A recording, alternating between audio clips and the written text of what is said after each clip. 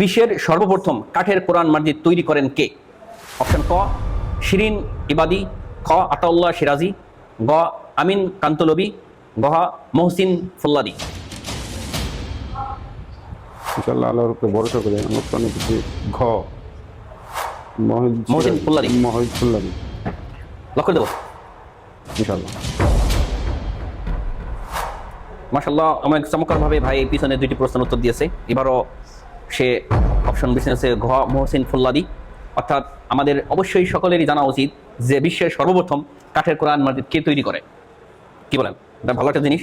তো আমাদের ভাই প্রশ্নের উত্তর বেছে নিয়েছেন মহসিন ফুল্লাদি। আমাদের ভাইয়ের উত্তরটি সঠিক হয়েছে। মাশাআল্লাহ, আল্লাহ আলহামদুলিল্লাহ। আলহামদুলিল্লাহ, জোরে বলেন আলহামদুলিল্লাহ। তো প্রিয় দর্শক, আপনাদেরও সকলে জানা উচিত যে বিশ্বে সর্বপ্রথম কোরআন মাজিদ কাঠের তৈরি কে করেছেন?